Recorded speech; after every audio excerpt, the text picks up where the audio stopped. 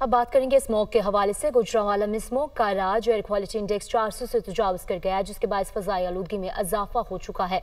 इस हवाले से मज़ीद जानते हैं नुमाइंदा दुनिया न्यूज़ फ़ाहद बशीर से। फ़ाहद, बताइएगा हमें।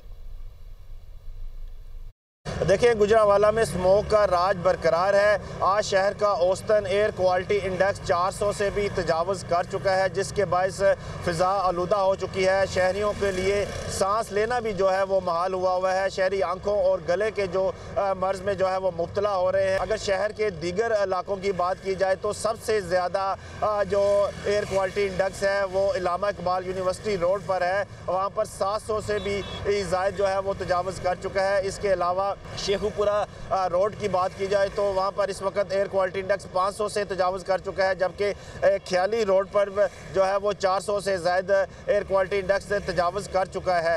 महकमा मौसमियात का ये कहना है कि स्मोक का वाहिद खल बारिश है, लेकिन अभी दूर दूर तक बारिश का कोई इम्कान नहीं है। ताहम ज़िली इंतज़ामिया का ये कहना है कि स्मोक के तदारक के लिए तमाम तर इक़दाम किए जा रहे हैं। सड़कों पर पानी का छिड़काव भी किया जा रहा है। सूरत हाल यह है कि गुजरांवाला में इस वक्त मुकम्मल स्मोक का राज है और स्मोक के बाद शहरी जो है वो मुख्तलिफ मूज़ी मर्ज़ में मुब्तला हो रहे हैं। जी।